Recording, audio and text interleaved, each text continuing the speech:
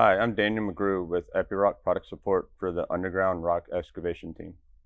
Today, we will be checking and refilling the compressor oil on the E1C-DH. Our sight glass is down here, so we want to make sure that it is full. If it is not, take a 32mm wrench, loosen this plug, remove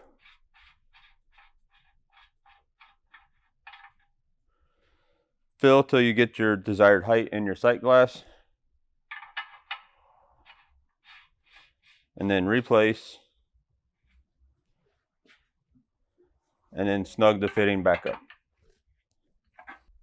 Thank you, and for more information, please contact Epiroc, either a dealer or a service center.